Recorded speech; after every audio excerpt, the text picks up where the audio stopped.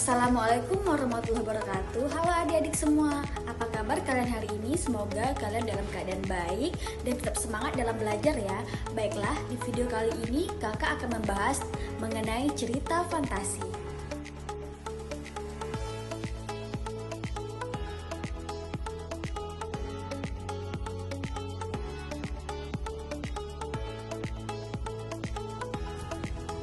Nah, jadi apa sih cerita fantasi itu?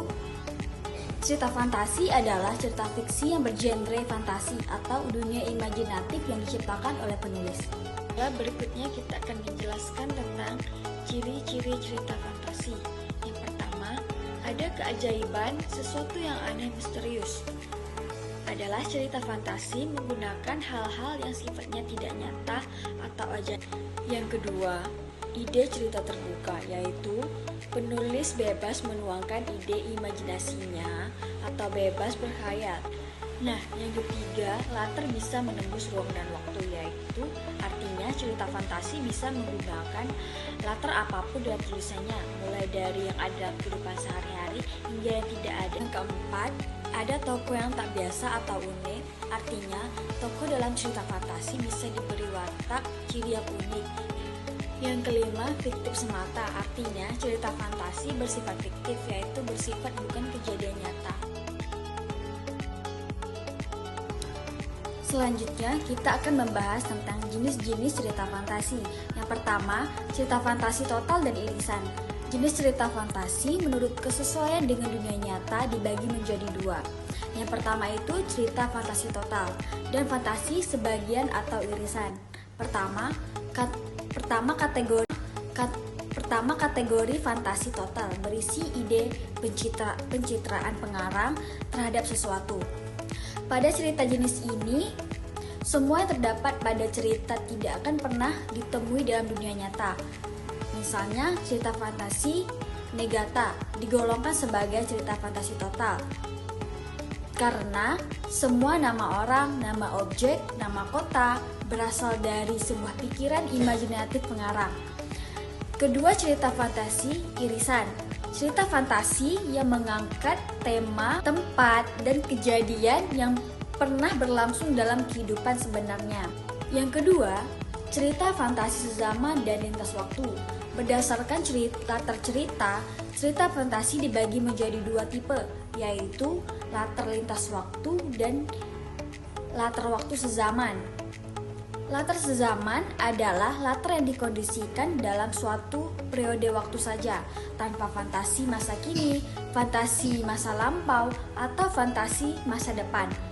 Baiklah, selanjutnya kita akan membahas tentang struktur cerita fantasi. Yang pertama, orientasi atau perkenalan.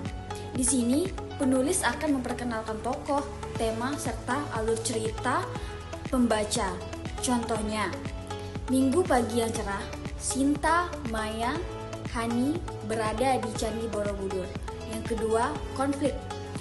Konflik ini adalah tahapan ketika permasalahan dalam cerita bermula dari awal hingga puncak permasalahan.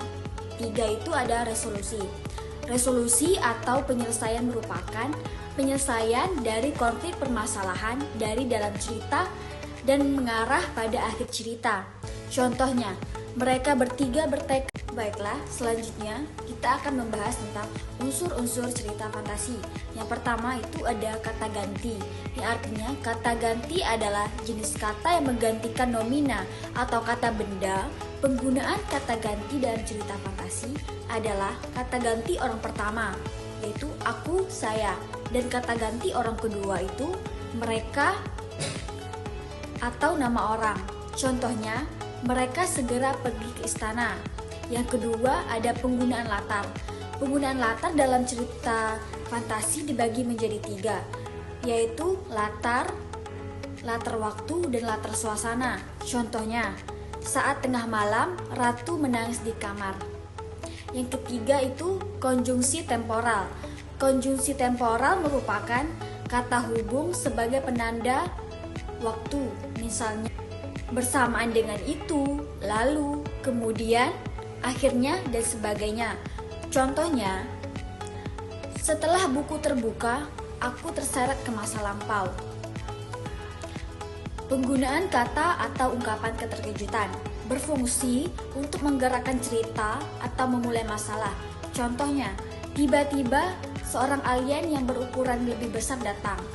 Nah, yang terakhir itu penggunaan dialog atau kalimat langsung ditandai oleh dua tanda petik ganda dan disertai keterangan penyerta.